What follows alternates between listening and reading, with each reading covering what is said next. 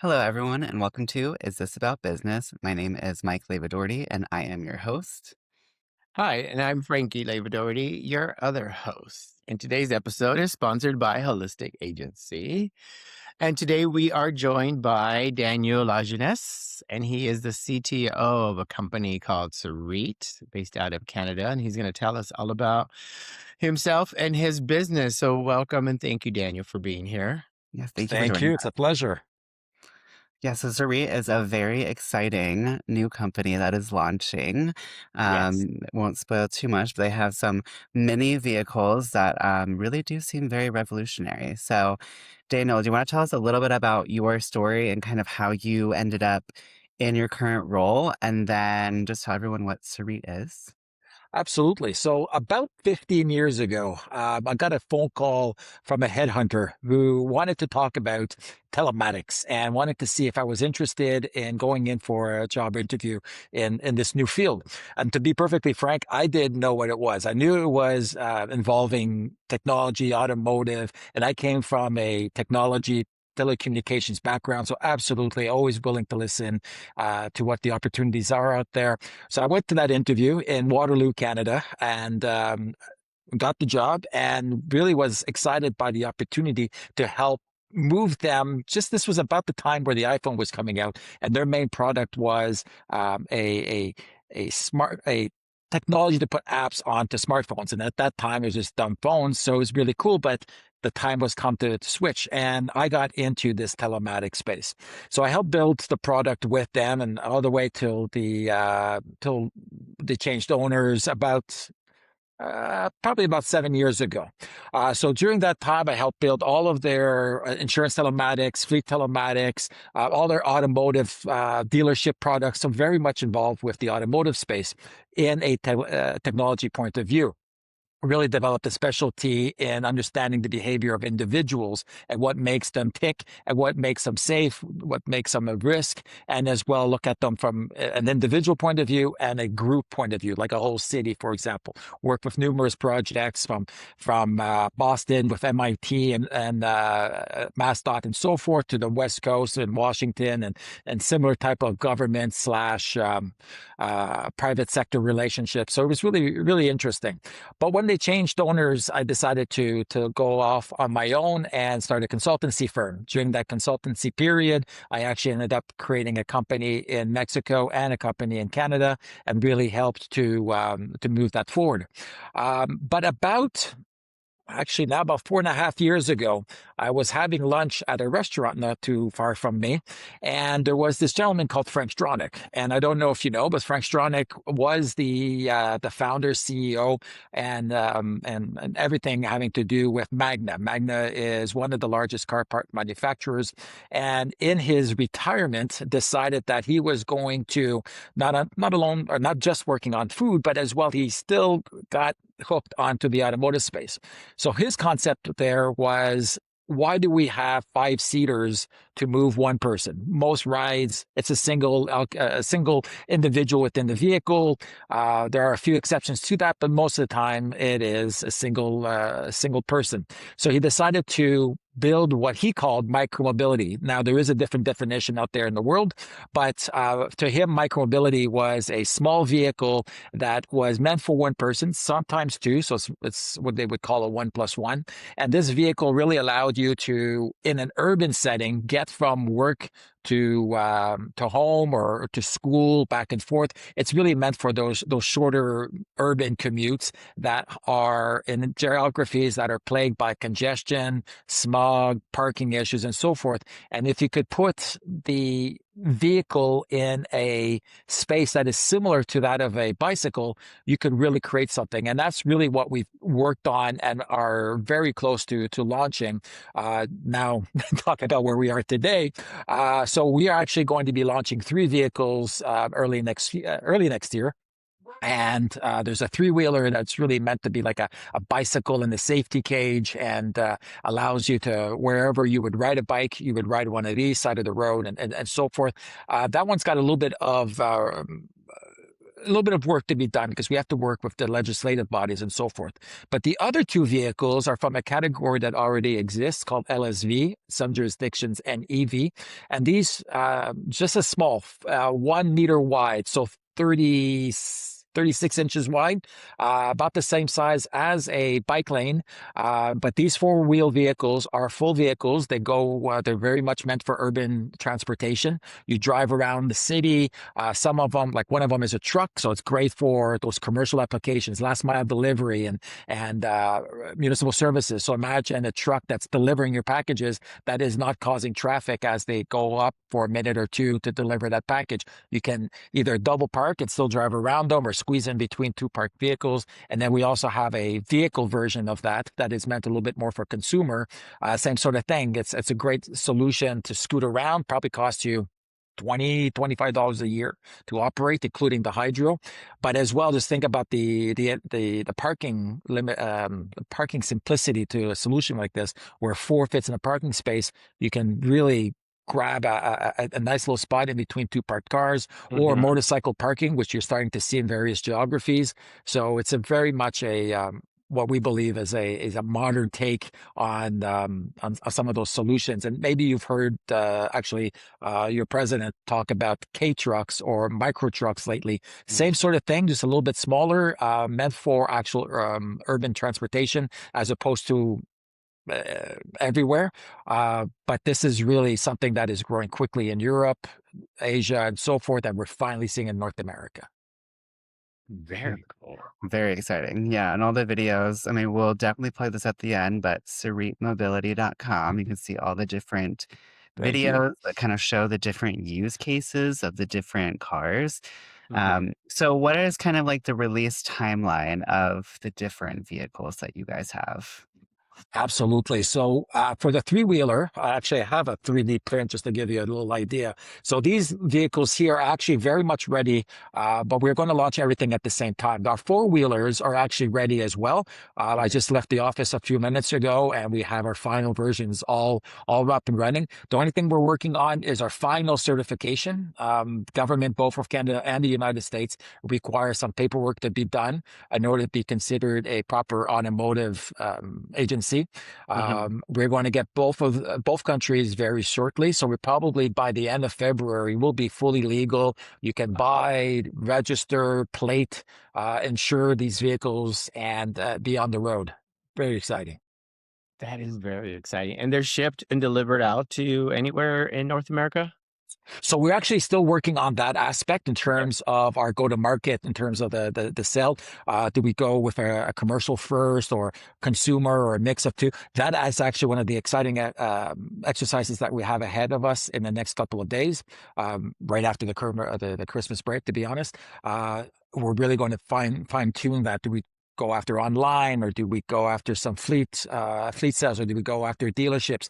What's really exciting is dealerships, because even though there's the Ford or the GM brand on the building, those are still independent agencies, and most of them have started creating or having um, these. Sometimes they put their used sales in there. Sometimes they call them motorsports. Sometimes they call the fun sports and so forth. So most of them have a building that is already all tuned. So we can go after these dealership partnerships very, very quickly. And leveraging that Magna heritage is coming from Frank. Although we are not related to Magna in any way, shape, or form, but we do have that pedigree. It does really give us some of that leeway to go after these partnerships to get us there.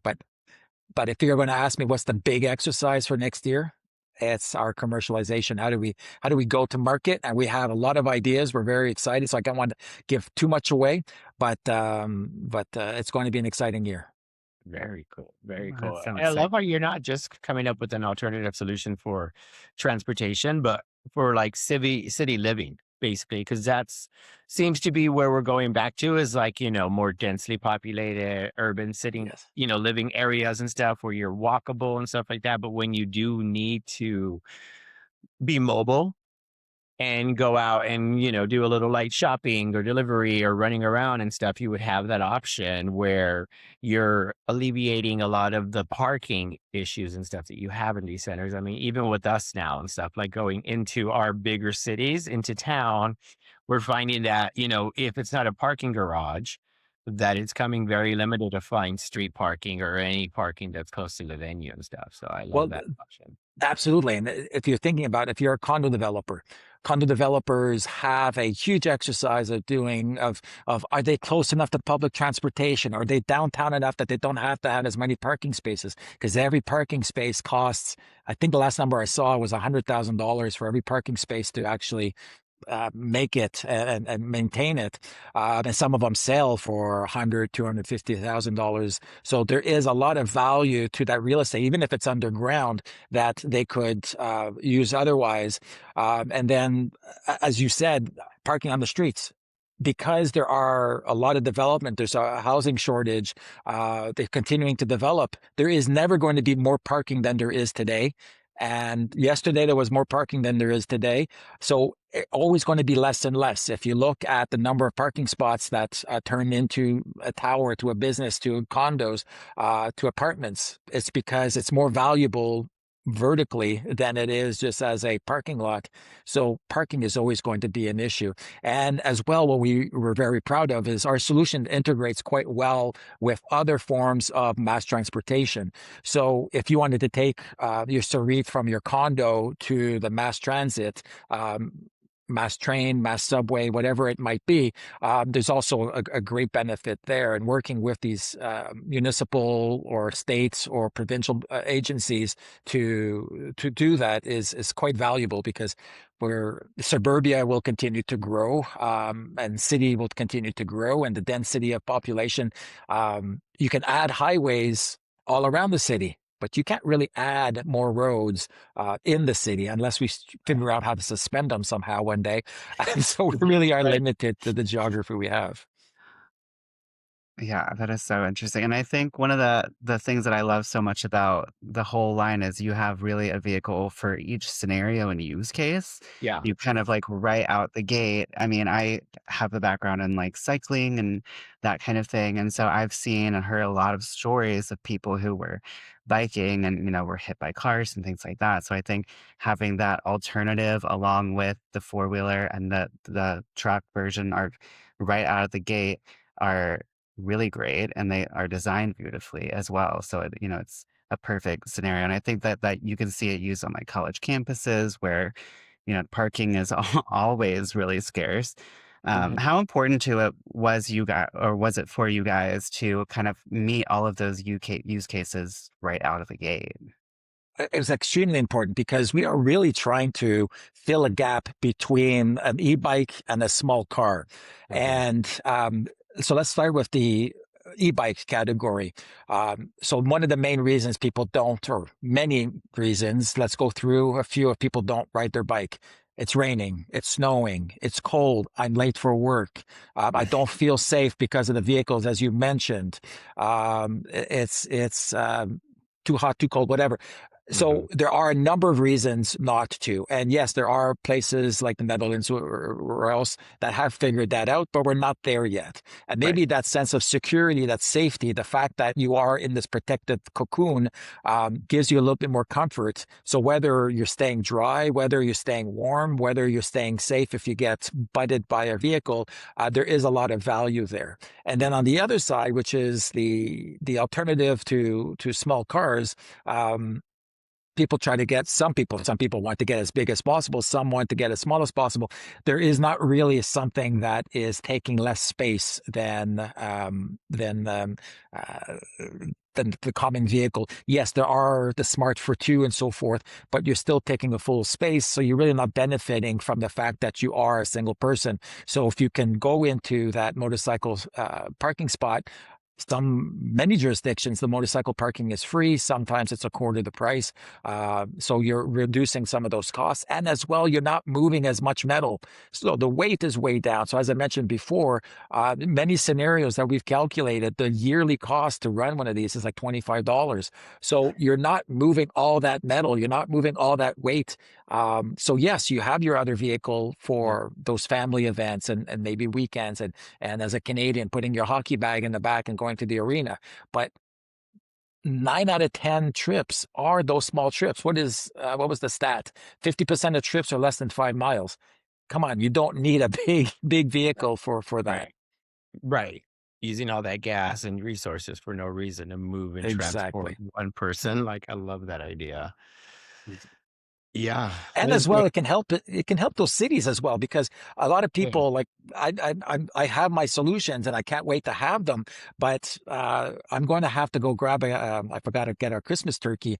I have to run off and I'm going to be using my car even though it's about a mile away. It would be great to just grab into a little thing like this instead. It'd be more ideal if I walked it, but sometimes you're in a hurry and you need Right. to move, and as well a turkey is probably It's going to like weigh a that'd be couple quite a pounds. So walk. exactly, Yes. Unless That'd it's be a a small workout turkey. and exactly. Right. now okay, so when the vehicles are introduced and they go to market and people are able to buy them and stuff, how customizable are the vehicles at that point? That's a Are they, great thing. are they able to Yes, pick we from colors from things like that? Oh, absolutely. And we've been working on that quite a while. And we actually love what the success that Slate had in terms of that whole messaging of customizing. We are going to do exactly that. We've been planning it for a long time. If you see on our website, the three-wheeler will come in numerous colors. We're probably going to regionalize that as well, meaning, for example, the 5 colors in Florida might be different than the 5 colors in Toronto. There's a Hmm. different atmosphere, there's a different thought. We might have some communal colors. We might do some decals, some skins that go along with that. For the exterior, we really want to make it fun and we want to make it visible and secure and so forth. So we got to balance that properly. And inside, we're going to do things such as cool seating options, Ooh. audio, Bluetooth music, and we have one that is all geared up inside, where it's a fun little vehicle to drive because of the music and the CarPlay that we've integrated into it, and as well. And So yeah, we want to make it customizable. We want to make it yours. So that is probably going to be based on our model as well, though. So the truck, for example, will be probably more customizable from a commercial point of view, meaning we'll paint it the corporate colors if you buy a certain amount, and having all the telematics, the technology that we want to incorporate into our solutions. That's a lot more of the customizability of our Mhm. fleet solution. But on the consumer side, yeah, colors, skins, music, entertainment, GPS mapping. I'm actually one of the last things I was working on today is our remote door unlock and remote sensors and so forth. So there's a lot that we want to make available. Just because it's a little vehicle and we're going to make it as affordable as possible, Mhm. it's still going to be fun. And like I said, we're going to go after all those multiple use cases as well. I love that. And as far as all of those things and stuff too, what about like security with the vehicle? Like, is it going to be safe and secure? Can I leave my belongings in there, lock them up? Absolutely. So one of the things that actually might even have delayed us a little bit was ingress, whether it be weather or people, was very important to us. So Mhm. we've spent the last 6 months redesigning our doors, as an example. So our Oh, new doors are thicker, stronger, will not. Well, everything you can break into anything, but it's a lot harder to get into. okay. They're about twice the size in terms of the framing than they used to be. So yes, we want to make sure that if you're in there, that is a safe thing, and then you can leave your stuff just as much as you would in your own personal vehicle. So Okay. obviously, don't leave your laptop on the seat, but Right. if it's behind you in the hidden trunk or in the front, there are locks on all of these, and so it's going to be, I would say, considered the same thing as, or the same way you would your own vehicle as it is today. It's the same type of safety and security that we want to put in there. And as well, actually, on the tangent to safety or security is safety, and one of the other things that I didn't mention about on the mobility side or on the e-bike side is we actually saw a lot of requests for solutions like this uh, from those who don't feel safe on a bicycle, being accosted, Mm. being grabbed and so forth. So in your vehicle, it is locked. You can leave it locked at all times. The inside doesn't matter. You can always get in or get out, but you can leave it locked so nobody can get in there. So if you're at a stop sign and somebody comes toward you, and if you were on a bicycle, that's a little bit tricky. Here you stay in, you're locked in. Somebody starts to do anything, just drive away. So we thought about that safety from numerous points, whether it be protecting you from an impact, or Mhm. it's from protecting you from others That or is your belongings. yeah. So great. And these are all electric, correct? Correct. Correct. We've that was very much one of the founding principles of what we built here. It is a fully electric, or all three are fully electric solutions. I know there is not that much of a big push on that right now, at least in North America. But there should be on one principle: the cost. The cost is so cheap with the electric because it is such a small vehicle. A Mhm. larger vehicle, combustion engines and so forth. There's a whole conversation that can be had there. But at this small size, um, $25. Come on. Right. Right. That's Yeah, that's incredible. insane.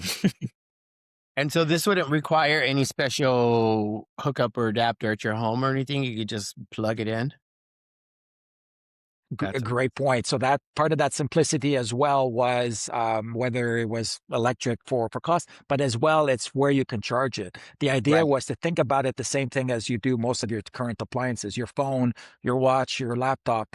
It should be the same thing. Every morning you wake up because you plugged it into a regular household socket in your garage or the condo flooring and so forth. It's the same 120 volt. You plug it in, and you could technically go probably the whole week before you charge it again. But if you just wanted to top it up every night just to be safe, absolutely. It's we've put a proper battery management system. One of the things I take a great amount of pride in my technology requirements is what we're doing for battery management and so forth. Our batteries. Are we going after lithium iron phosphate? It's a little bit safer in terms of the chemistry than lithium ion. Lithium iron phosphate is starting to appear. You're starting to see Ford and Tesla have already been using it for quite some time. It's a little Mm. bit safer, a little easier, but we do everything from in the cold weather. When you want to charge your battery, it will heat the cells before it charges. That way, you're always protecting. You have the longevity. Okay. It's also always measuring the speed, the temperature of them, shutting off some of the cells as you drive, so you never overheat. So we've put a lot of attention in making the experience as safe and as rewarding as possible. It's That is amazing. so great. Like, Yeah. so much thought went into this. It's like it makes Yeah. me excited even more to see them and to be in one and stuff just because it's like it's not just like, "Oh, this is something that we're gonna see." It's like you really put a lot of thought and effort and work and trial and error into these vehicles. Absolutely. We this is a very much a North American vehicle. I think that's important because there are some not cheaper geographies where you can import uh, solutions, but we Okay. make these in North America. We use North America aluminum because aluminum versus plastic, first of all, there's a whole benefit in terms of the environment, and but as well there's a benefit in terms of longevity of the product, and it's fully recyclable. We probably have one of the most recyclable vehicles out there. Oof. Most of our parts, if we can buy the part in North America, we pretty much do. We'll have we launch with our North American plants, but we are sorry, with our Canadian plants, but we are working diligently to secure another plant somewhere in the US. I can't say where, but our CEO and our founder are working on that as we speak. Exciting. So that North Americanism is very important to us. Very cool. That's Love that. incredible. And I think to be able to do that, I mean, you always hear about how impossible it is really to make anything in North America. And so I think for you guys to make a product that looks so incredible, it kind of really meets every use case that anyone could have, like in a major Yeah. city, and to be doing it at such an affordable price point. Right. Um, It's like a unicorn product. Well, Yeah. and that's another one. When we were talking earlier about why we're doing it and what are those things, pricing was one of those as well. Just trying to translate Canadian dollars to US dollars. I think the average price of a vehicle sold last quarter was over $40,000. Yes. It is a little bit of a it's a difficult thing. And once again, we're not going necessarily after this is your only vehicle, but it's Yeah. a great second vehicle. It's that vehicle for Monday to Friday, work, school, maybe renting it out or whatever it might be. But that you can do that at the $10,000 price point that you can't do at the $40,000 price point. Right.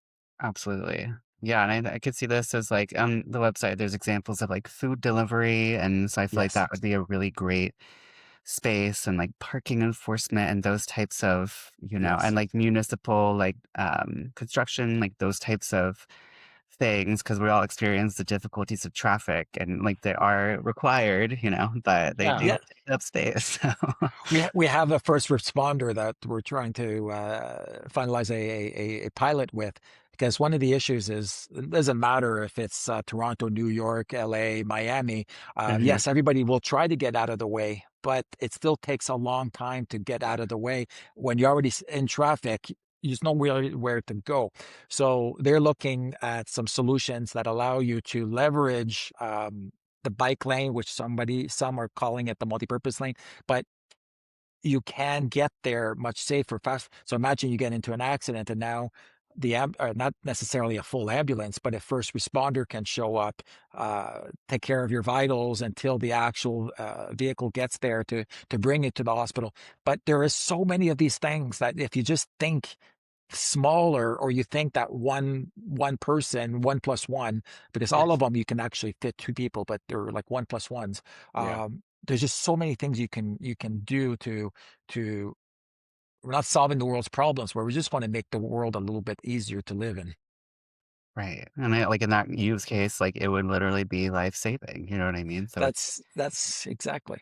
Uh-huh. incredible. Yeah. Yeah. Or That is and then to make it to not so dramatic, but if you are city officials and you get a call that there's a speed bump or a pothole that's showing up, and you got a couple complaints, you want to send somebody over, there's plenty of room in the back of the pickup version. You Mhm. go, you patch up, you stay out of sight. You don't cause all the traffic that you would today. You talked about the parking enforcement. Parking Mhm. enforcement, taking a full vehicle to ironically try to reduce traffic by causing traffic. It's it's a weird situation. So we're yeah. working on those opportunities as well. There are dozens and dozens of these opportunities, and the consumer is the primary one, but the consumer is quite visible in terms of what the opportunity there is. It's going Yeah. after all those commercial and secondary ones that are quite fun, honestly.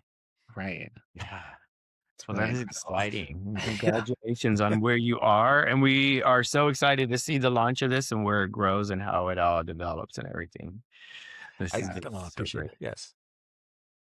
Yeah, and they're so cute too. I can't wait till everyone sees them online and stuff too, because just to look at them and like we see, like we live by larger cities. Phoenix is a pretty large city here in the Oh, US. yes. And, Yes. I was in the city for about 18 years and saw it grow and develop, and it's still developing now and stuff. But yeah, just being able to alleviate so much of that traffic, like you said, Mhm. utilizing vehicles that aren't causing more traffic is genius. Yes. It's like Eh, most of the time it's held up because this giant truck is in the road that's only meant for one car anyways in each direction. But if there was a Exactly. little tiny vehicle that was off to the side in the lane, because everything has a bike lane here in Arizona, because we can bike every Yeah. day of the year here. And so it makes sense to utilize that and to be more efficient and effective than intrusive. Well, if you think about and I apologize, I completely forgot you guys were in Arizona, and you have a golf cart community similar to Florida and Georgia and so forth.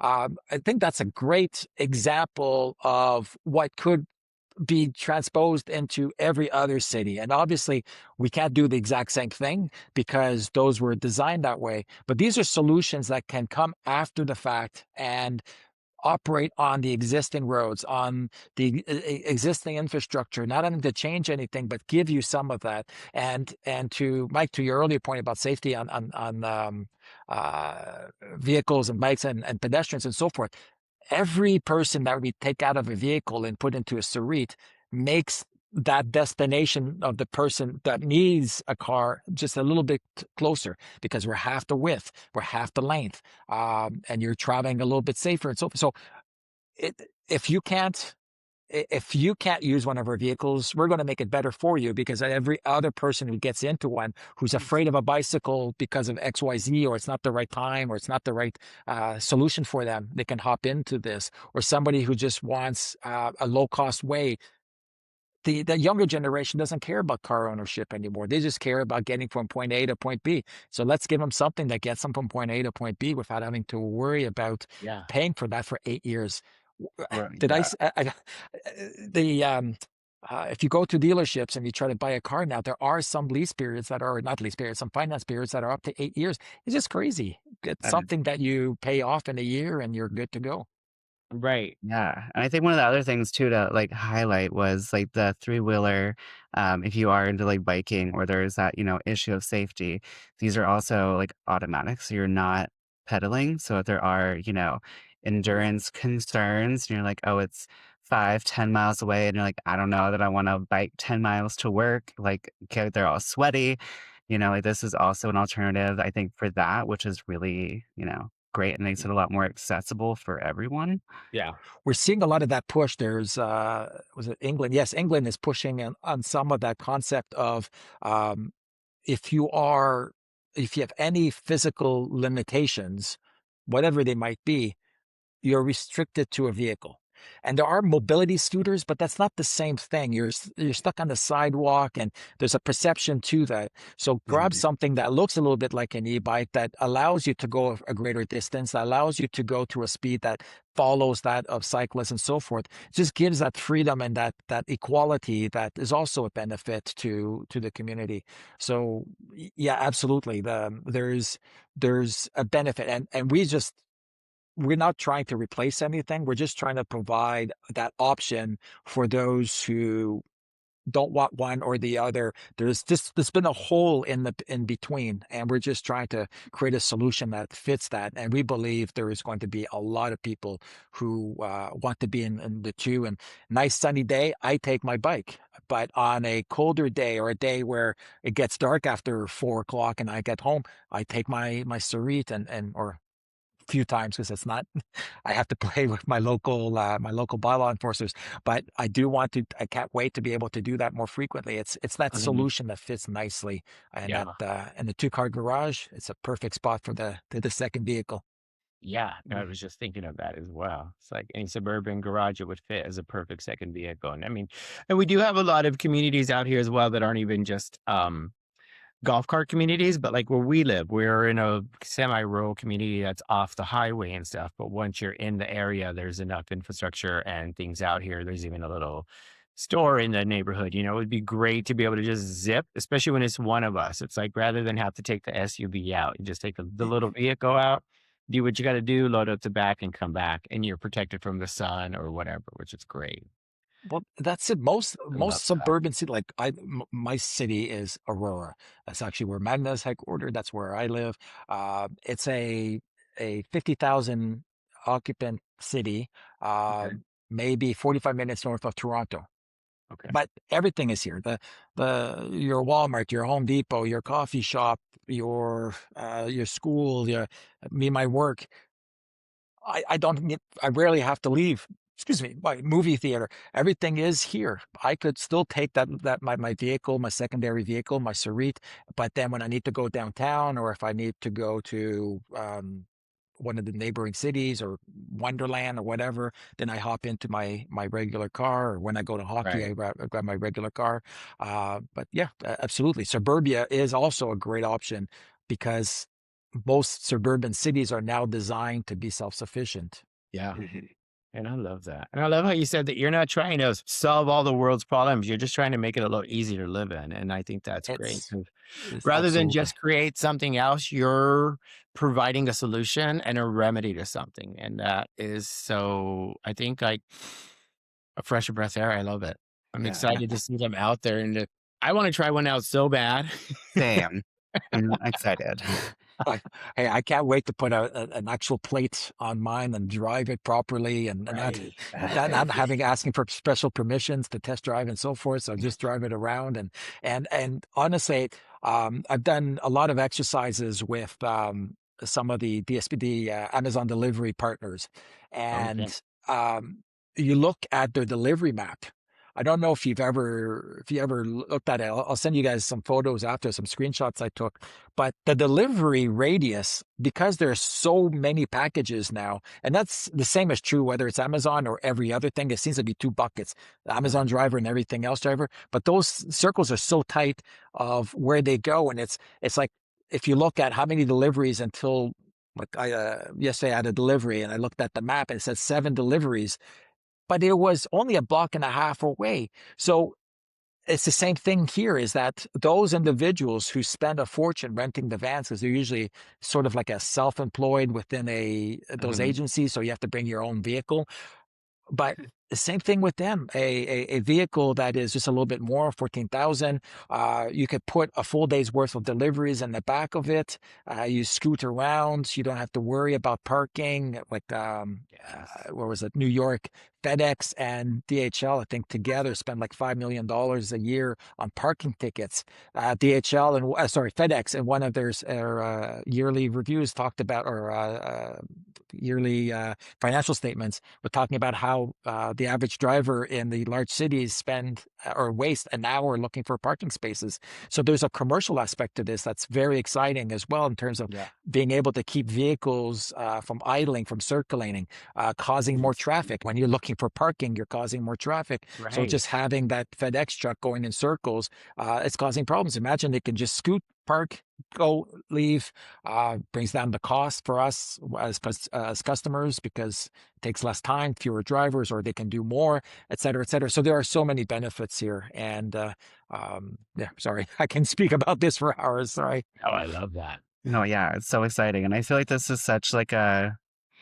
leap forward in Mhm. solutions for a lot of issues in a lot of ways, and like just that's kind of how we immediately saw this, and so I think it's such an exciting product, and we're excited to be able to speak with you about it. Well, I Yeah. appreciate it. And I think one of the big, oh, sorry, Frankie. Oh, no. I was just going to say, I think one of the big things that really separates us from others in a similar space is we've been lucky to have the founder that we have today. The reason behind that is there are some solutions out there, some good solutions out there, but a lot of them can't leave the prototype phase, or they build one or two, and it's hard to get to that next phase. Right. We have. A 60,000, 65,000 square foot factory already built. We have all the robotics in place. We have our paint line.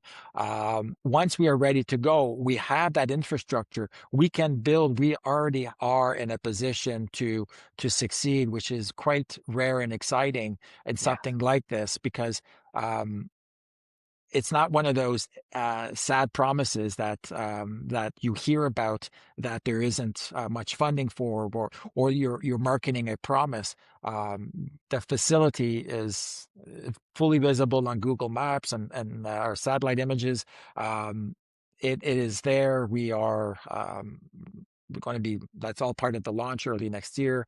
So it's quite exciting in terms of what we are able to provide and the fact that we can make them, and we're navigating everything in order to make that happen. But I think that's a huge differentiator from us to others. Um, Not to take away from anybody else, there are a lot of great solutions out there. But what really makes Sarit different is our great product, but our manufacturability, the fact that we have our factory already. That's exciting. Yeah. Awesome. Well, thank you so much for joining us. This is Yeah. Thank amazing. you. Would definitely love to have you back in a few months after launch and see, where you're at, That how would be this fun. Absolutely. Yeah, Yeah. we're very excited about this, and I think once people see it and, are able to see some of the use cases and the content that you guys already have, I think it's like instantly you can see the benefits of this, and we all experience traffic and, are used to the downtown horrors, and I think a lot of people have Yes. crazy anxiety now, and that's a huge part of it. So it's like if you could take, a little bike and, go and you're safe and like it just changes a lot of things for a lot of people in a lot of ways. And so Yeah, I think for it's exactly. one of those exciting things that, it'll be great to see where you are in a few months. Yeah, for And sure. I would welcome it, and the that aspect of pre-launch versus after launch. What are the things that grab people's attention? What didn't? That we're also very excited about that. In terms of, I got to work a lot on my technologies, on my connectivity, and all these other aspects of it as well. Mhm. But I'm really interested to see what colors, what features, what functionality, what use cases, and yeah, absolutely. I'd love to come back and talk about what grabbed and what didn't. Ah, that's so exciting. And if we could request a pink version, that would be really cute. Just putting that out there into the ether. We're evaluating 3 right now. That's Oh, literally, one of the exercises happening, that's been happening this month. that's That so was so exciting. Okay. good. Let everyone know where they can find you guys online. And Absolutely. So if you go to saritmobility.com, Sarit is Sarit mobility.com. And absolutely look for us there. There's a contact form if you wish to reach out. Um, uh, yeah, if you reach out, you'll actually get straight to me for the time being. So if you want to have any, or you have any questions or any ideas or so forth, please reach out. Love to talk. Well, thank you, Daniel. This has been amazing and informative and so exciting. And seriously, so stoked to see these out on the road and hear how the launch goes. So thank you. I appreciate it. awesome. Thank you for joining us. Yeah. You Thank have a you. good day. You as well. Thank you. Uh huh. Bye bye.